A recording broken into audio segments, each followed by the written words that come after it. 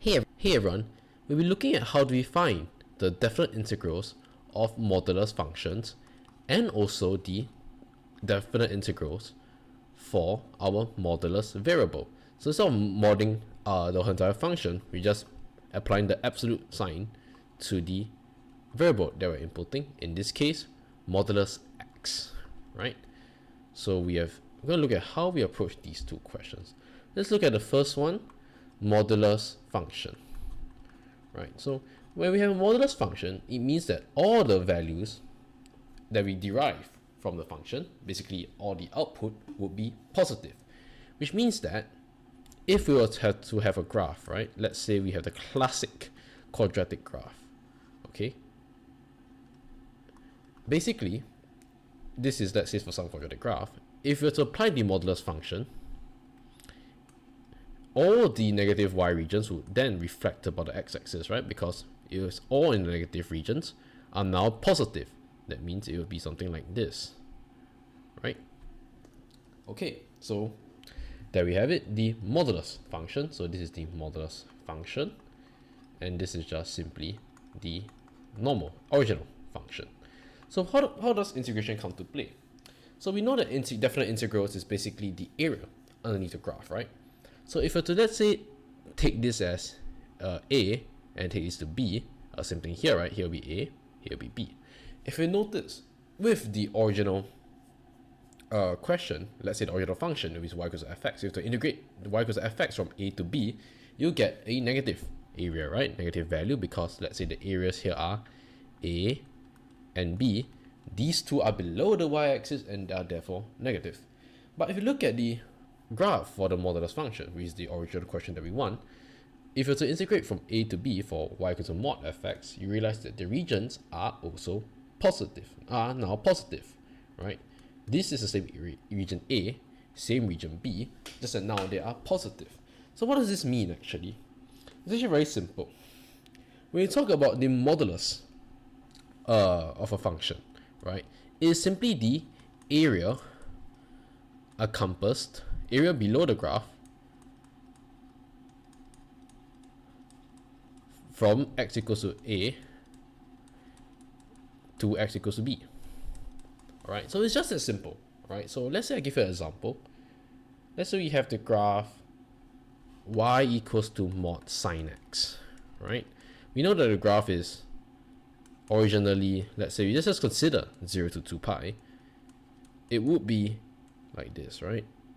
Okay, let's say I want to integrate from find the value of 0 to 2 pi mod sine x. So this is just the original y equals sine x, right?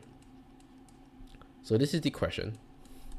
Now what do you notice? We're looking at the area of sine x from 0 to 2 pi. So what we can do is, we cannot integrate modulus sign directly, right? Because there'll be some negative value, then there'll be some positive value. So what we do is very simple.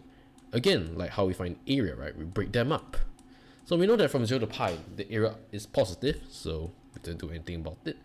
And from the area from pi to 2 pi is negative, therefore we will invert the limits around to give us a positive area.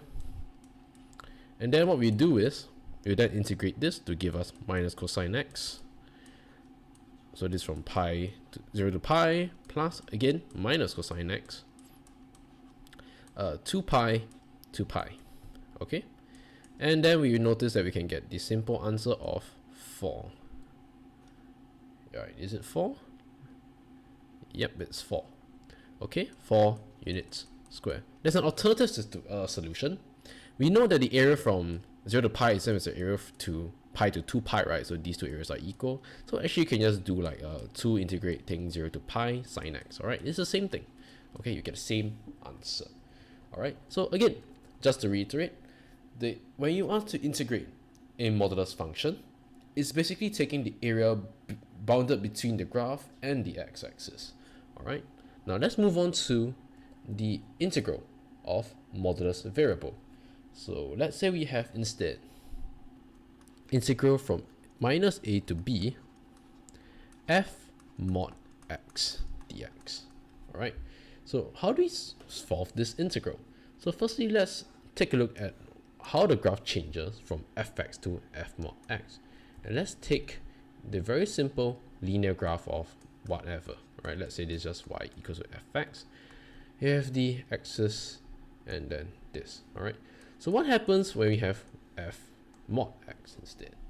So when you have f mod x, your input are now all positive, right? Or 0, correct? So if you have x equals to -1, it would then become x equals to 1, right? So very simple. If f mod -1, it would equals to f1, right? So what does this mean is that all your negative x values, all your negative x inputs would result in getting the output for the corresponding positive x value, right?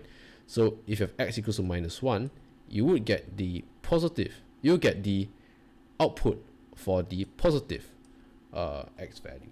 So if you have x mod -2, you would then get a corresponding value that is for the f2 as well, the positive value as well.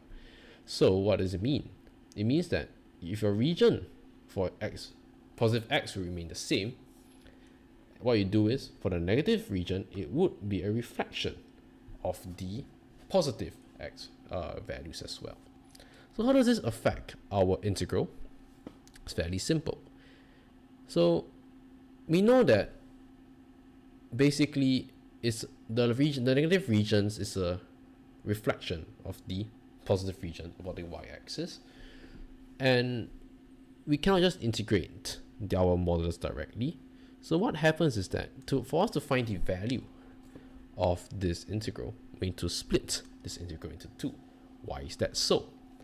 The reason is that if you were to just integrate it directly, even if you just remove the mod, you notice that the area here, let's say in this region R, would be different from the new area here, right? So let's compare R and P. It's now different, right? Because the values that you have over here, let's say originally f minus a is let's say it's k, but now f minus a equals to fa, which may not be k, correct? So now we have a completely new area here. As such, we have to know how to split them, and because every corresponding negative x value equals to the corresponding positive x value, we can simply integrate from 0 to a plus integrate again from 0 to b, right? Because if you notice the values from 0 to minus a are the same values from 0 to a, right? So this area here, p, would be the same area as p. And because you integrate from minus a, so minus a to b, it would be this p area here and then this area from 0 to b. All right, so it's very simple. All right, first split your integrals into two with the lower limit of 0. So split integral to 2, lower limits of each are 0. And then you just put the corresponding upper limit and then you're done. So for example, we have the integral -2 to 1, let's say mod x. So let's say f mod x, all right, dx. Okay, and we know that fx equals to x plus 1. Okay, so what do you do here? So split the integral into two, right? So we have 0 to 1 fx dx plus integrate from 0 to 2. All right, because now we originally have f minus 2 and it's now f2. All right, so we can now integrate from 0 to 2 fx dx. All right, so now it's very simple. We just integrate. So now we're just basically integrating x plus 1 each, right? So gonna skip some steps. So integrate x, you get x squared over 2 plus integrating 1 is just simply x, you get 0, 1. Same thing for the other side, so it's the same integral, so the only difference is the limit. Then Then you just get the final answer. So you get half plus 1 plus 4 over 2 plus 2. This will then give us 5.5.